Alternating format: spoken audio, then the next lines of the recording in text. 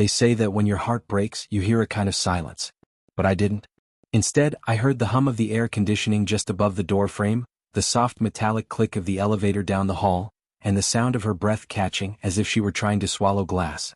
There was no dramatic collapse, no thunderclap of realization, just the tiny, quiet noises that remind you how still the world becomes when it stops caring about your pain. I watched him touch her. Not in the way a man touches a woman he loves, not even in the way a man touches someone he's attracted to. No, it wasn't lust, it was ownership, that smug, casual kind you see in boardrooms or war zones. His fingers slid under the hem of her skirt, 2 inches too familiar, and he looked at me, head tilted, as if the whole scene were a joke. He said it like a taunt, a dare. Leave. She's mine now. Or face me man to man. There was a beat of silence, maybe 2, then I smiled. Not because it was funny, but because it had all crystallized in that moment. That was it. The last piece. The final insult. A hand under her skirt, a threat wrapped in a chuckle. Nothing more was needed to unlock something I had kept buried for far too long. 10 minutes later he couldn't walk. He couldn't stand. He couldn't speak. I didn't scream. I didn't curse. I didn't even breathe heavily. Just a man dismantling an old clock, piece by piece. I knew exactly what I was doing. The tibia snaps with a dull, wet crack. The jaw is easier if you pivot the heel just right. Ribs, well, ribs are trickier, but I got there. It wasn't rage. It was precision. People like him never see it coming. They think the quiet ones are weak. They don't notice how we watch, how we wait. Funny thing is, it wasn't even the worst part. Not the bruises I left. Not the silence afterward. Not even the blood.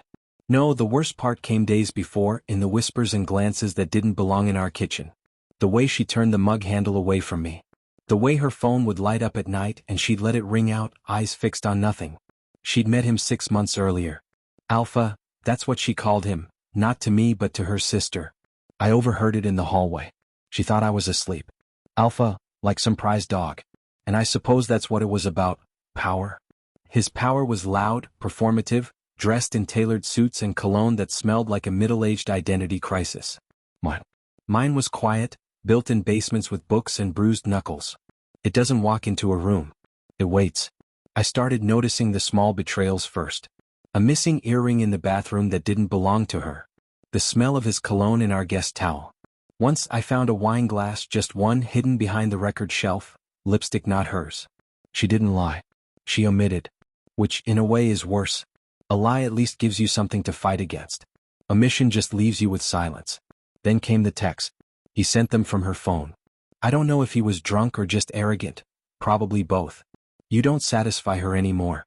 Walk away before I make you. I read it 3 times, not because I didn't understand, but because part of me still couldn't believe anyone could be that simple. The rest unfolded quickly. She told me she was working late.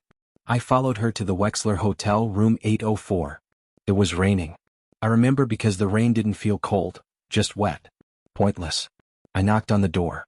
He opened it, shirt unbuttoned, belt halfway undone, a drink in his hand.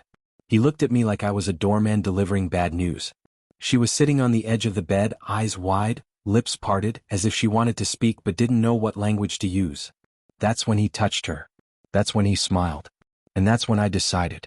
There's a kind of silence after violence, but it isn't peace. It's absence. The absence of fear, of pretense, of anything resembling humanity. He lay on the floor, his body twisted into something unrecognizable, and I looked at her. She didn't scream. She didn't cry. She just stared as if trying to figure out who I was. I walked out. He lived, though not well. His jaw wired shut, both legs in casts, something in his spine shifted. They said he won't run again, won't lift more than a grocery bag. His voice comes out in a thin rasp, like a man who's constantly apologizing. She tried to reach me once, left a note in the mailbox. I burned it without reading it, not because I hated her, though I didn't love her, but because the story ended where it needed to. Sometimes the only way to survive betrayal is to let the silence speak for you. What I learned is this. Some people confuse patience with passivity, but still water isn't weak. It just waits for the right moment to drown you. I'm not proud of what I did, but I'm not ashamed either. There are lines you don't cross. And if you do, you'd better pray the man on the other side isn't the kind who knows how to wait.